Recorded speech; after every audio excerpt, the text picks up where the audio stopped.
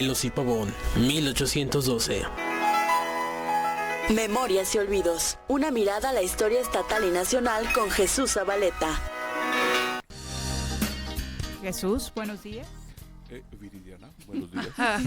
Es que me dijiste celosa y no solamente es como... Eres celosa, posesiva y feo. controladora, Pero no aparte solo sentí celosa. feo que ¿Cómo Chacho está haciendo solo le- puchero? Sí. Me dijiste celosa, o sea, celosa, Se victimiza, puchérica. además, controladora, bueno. manipuladora. Posesiva y controladora.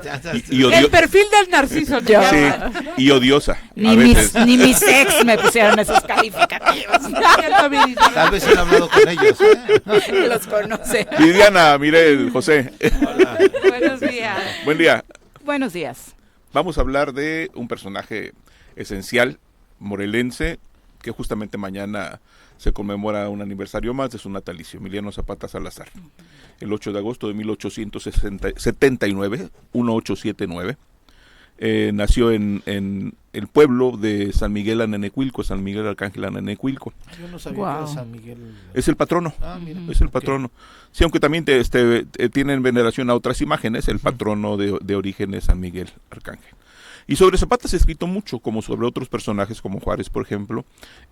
Y Es el personaje de Morelos. debería O al ser, menos así lo... debería ser, pero los morelenses, yo he insistido que somos sumamente ignorantes Sobre el del personaje y de su historia, y más aún de su ideario. Oye, nada más sobre este dato. ¿De quién crees que se haya escrito más, de Zapata o de Juárez en el país? De Zapata, sin duda. ¿Sí? De Zapata, sí. Ujú. Y no solo en el país, sino en el extranjero. Ajá. Sí, es, Sí. es una Ujú. referencia mundial. Sí. Zapata. Sí, es el personaje más internacional que tenemos en México, sin lugar a dudas. Asociado con la intransigencia, con la revolución. El anarquismo. Pero también una imagen que tiene elementos estéticos por su presencia varonil. Claro. Entonces, eso El también... bigotazo, trae buen marketing. Sí, y lo cierto es que el propio Zapata generó una imagen de sí mismo muy interesante. Me rebatían algunos conocidos y amigos sobre la descripción que publiqué en un texto en mi colaboración semanal en un diario local, La Jornada Morelos. La Jornada Morelos, efectivamente. No están Dígalo vetados, usted. Muy bien. no están Dígalo usted. vetados. Muy bien. Entonces colaboro todos los domingos en la Jornada Morelos y publiqué las descripciones que hicieron dos personajes que conocieron a Zapata, que dialogaron con él, trataron con él. Uno de ellos fue Octavio Paz Solórzano, padre del poeta, y hace una descripción que, entre otras cosas, de una mirada profunda, negra, poco expresivo, habla de un bigote hirsuto. Antonio Melgarejo, que también lo conoció, autor de Los Crímenes del Zapatismo, que después rompió con el movimiento revolucionario suriano, describe lo mismo, un bigote hirsuto. Y me dicen varias personas, no, es que siempre tenía el bigote peinado. No es cierto. Su bigote de origen era hirsuto y Zapata lo peinaba sobre todo para la fotografía. No conocía la palabra, dice que es disperso, Así es, sí. despeinado, ¿no? Hay, Sí. hay Ujú. pocas fotografías que muestran a Zapata así. Y lo que hemos hecho es deificar al personaje, y yo insisto que hemos construido sus personajes de bronce, y para comprenderlos en su justa dimensión hay que bajarlos de su pedestal, quitarles su naturaleza broncínea y entenderlos como seres humanos. Por ejemplo, yo no he visto una sola fotografía de Zapata riendo. Siempre Toda la adusto, razón. inexpresivo, un rostro cerrado a la expresión de cualquier sentimiento. Sin embargo, en un testimonio inédito que encontré en el archivo de mi abuelo Alfonso Joaquín Castro Morelos hace algunos años, un testimonio escrito por un hombre nacido en Atlacomulco, Eduardo Adame Medina, que fue teniente coronel del Ejército Libertador del Sur, y que estoy trabajando para su publicación, espero que ya el próximo año. Nos habla de otras expresiones de la naturaleza humana de Zapata. Por ejemplo, de pronto lo describe carcajeándose en una reunión, Órale. pero finalmente era un ser humano y es algo que no queremos entender. ¿Le gustaba la bohemia a Zapata? Zapata era alcohólico. Zapata tomaba... ¿Alcohólico? Sí, él tomaba permanentemente. No me refiero a que se encontraba ebrio todos los días. Era un consumidor consuetudinario. ¿Qué es lo que tomaba? Tomaba cerveza, aguardiente, whisky, coñac. O sea, tenía gustos variados. Y esto también lo hacía un personaje que podía adaptarse a circunstancias muy diversas. Le gustaba la fiesta. Él era parte de la esencia de Zapata, el ser arrendador, es decir, criador y educador de caballos, lo llevaba al comercio de animales, comerciaba no solo caballos, sino también reses, toros. Él montaba a caballo y montaba toro. Es decir, él participaba en las corridas de toros, perdió la parte de un dedo, una falange, justamente montando un toro. Y esto lo hacía... ¿Y música? No, en absoluto, no tiene... No tocaba, no No, cantaba. de hecho, los adoradores de Zapata, porque pues, tenemos que diferenciar entre quienes reconocemos al personaje y quienes lo veneran, le atribuyen cualquier facultad, incluso hasta la de ser Santificado, nahual, está claro. ser nahual y otras también. cosas, sí. Ok. Bueno, hay quienes lo tildan de intelectual. Zapata no fue intelectual en ningún sentido. Se rodeó de intelectuales. Se rodeó de intelectuales, tenía algunas ideas, por Ujú. supuesto, pero tampoco tenía una capacidad expresiva de manera escrita. Era siempre, él firmaba siempre documentos que hacían otros personajes. En una primera etapa, Otilio Montaño, y después, entre otros, Antonio Díaz Soto-Vigama, Manuel Palafox, el propio Octavio Paz, etcétera. Entonces, esta naturaleza del personaje nos lleva a dimensionarlo de otra manera. El propio Eduardo Dame Medina describe en una parte donde Zapata se enfurece y regaña a todo mundo. En otra parte describe cómo Zapata se retira de una reunión sonriendo y silbando y ebrio, porque fue a descansar porque se había excedido en el consumo de bebidas alcohólicas. En otra parte describe a Zapata cayéndose del caballo y arrastrándose por abajo de una alambrada para escapar de los federales. Es decir, estas minucias que nos ofrece Eduardo Adame Medina nos presentan a un personaje cotidiano, a un personaje que deberíamos comprender. Sin embargo, en estas conmemoraciones, tanto la del 10 de abril como la del 8 de agosto, para conmemorar su muerte y su natalicio, lo que se hace es la construcción de un discurso, sobre todo oficialista, que nos presenta un Zapata falso. Desde la oposición de todos los colores, igualmente Zapata se utiliza de una manera absurda. Yo lo he dicho y lo voy a repetir porque me parece necesario. Zapata es de todos y cada quien se lo ha apropiado como le conviene para sus intereses. Zapata en su momento fue negro para los anarquistas, fue rojo para los comunistas, fue verde para los priistas, fue azul para los panistas en Morelos. Para las placas de Sí. Sergio Estrada. Sí, también, Sergio ¿no? Estrada. Fue amarillo y negro para los Que además de perredistas. Sergio Estrada no te puedes explicar que tenga ahí una convicción zapatista, pero en fin. Pero es que se Bueno. convirtió en un elemento icónico por ser su tierra, sin que hubiera ninguna carga ideológica en el personaje Exacto. que Sí, conocieran gobernaba. también el tema Por supuesto, del de personaje. su historia, de su ideario y demás. Digo, incluso los partidos contemporáneos, Convergencia ha usado en su momento a Zapata, Morena ha utilizado a Zapata, pero también Zapata ya es parte ya de la iconografía del movimiento LGBT, X, Y, Z y lo que resulte. Es parte también... Cálmate. Es que parte se escandalizaron. ¿Eh? Que se escandalizaron en algún momento. Que mira, lo de esa pintura fue patética, o sea, no generó escándalo.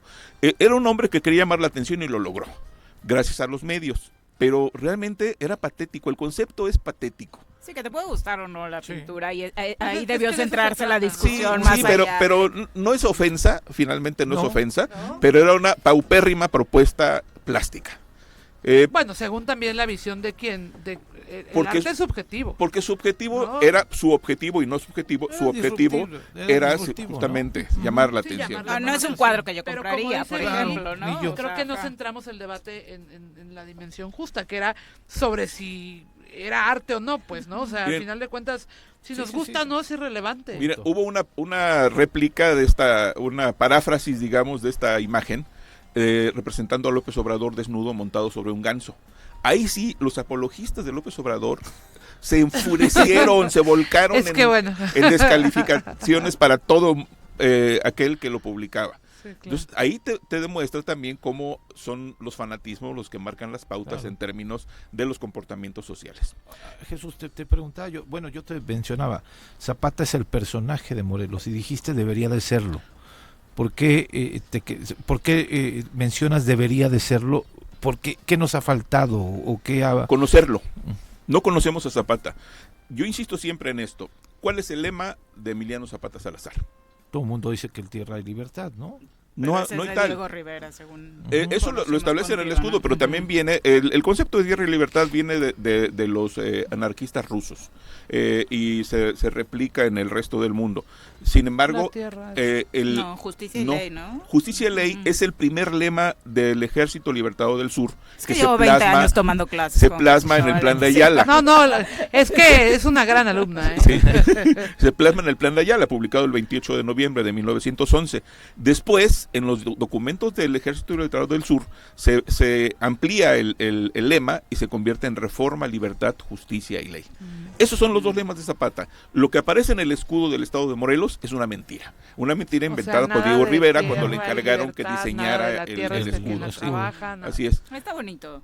Sí, Es romántico, sí. pero no tiene nada que ver con el ideario zapatista. Pero tiene más fuerza Justicia y ley, Claro. por supuesto, es contundente, porque era lo que pedían ellos. Y justo aquí, tengo 2 libros en mis manos. Pero a muchos políticos no les iba a gustar No, ver hombre. Justicia y Ley ahí en sus No, escritorios. por supuesto que no. ¿Por qué no? Estos 2 libros son los más importantes referentes de toda la bibliografía escrita sobre Emiliano Zapata. El primero, que es una edición que yo hice en Sí, lo 2010. tengo porque nos regalaste. Lo tomé de una edición que se hizo en 1970 y que a su vez viene de la edición original de 1943. Raíz y razón de Zapata, de Jesús Sotelo Inclán. Sotelo hace una biografía que no es una biografía y esto me resulta muy interesante.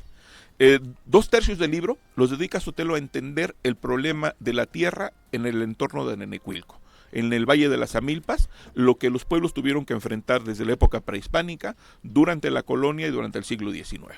Y vale decir que uno de los principales enemigos de los pueblos fue Benito Juárez, cuando aplicó de manera puntual lo que establecía ya la Constitución Federal de los Estados Unidos Mexicanos, la Constitución de 1857, de no respetar, de desposeer a los pueblos de los derechos comunitarios sobre la tierra.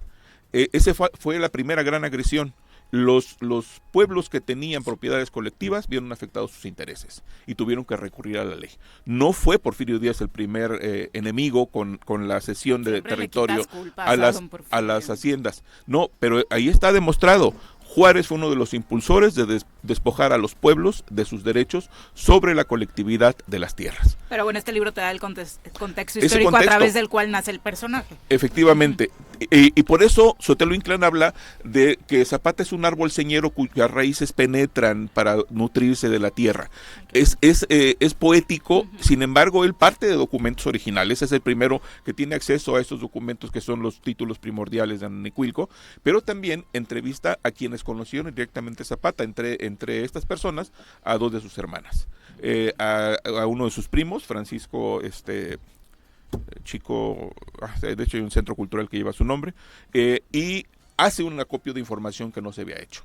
El segundo libro es Zapata y la Revolución Mexicana, de John Womack, que se publicó en 1969 en inglés, y que nos ofrece una visión muy académica del zapatismo y que lamentablemente se convirtió en el referente fundamental para todos los estudiosos del zapatismo. Francisco Chico Franco Salazar.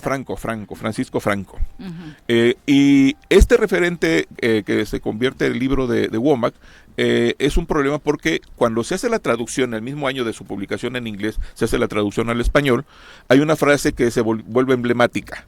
Esta es la historia de unos campesinos que no querían cambiar. A partir de ahí, se hace una serie de lucubraciones, se hace un análisis del planteamiento y resulta que 47 años después, John Womack corrige la traducción y dice que no dice la traducción lo que él quiso decir. ¿Y por qué nos tardamos tanto en...? Pues fue un asunto de Womack y porque los traductores nunca hicieron una revisión y el propio Womack corrige la edición en español y dice que no se refería a unos campesinos que no querían cambiar, sino es la historia de unos campesinos que no querían irse de donde estaban. ¿Qué cambio? Es un Tan cambio radical en claro. términos conceptuales. Entonces, Completamente. no es que se negaran a la modernidad los hombres del campo en Morelos. Lo que querían era mantenerse en su tierra. Claro. La tierra que Con los la vinculaba con su familia, con sus raíces, con su trabajo, con la vida misma. Esa es la concepción que no se ha entendido desde el ámbito político, desde el ámbito público, desde el ámbito institucional.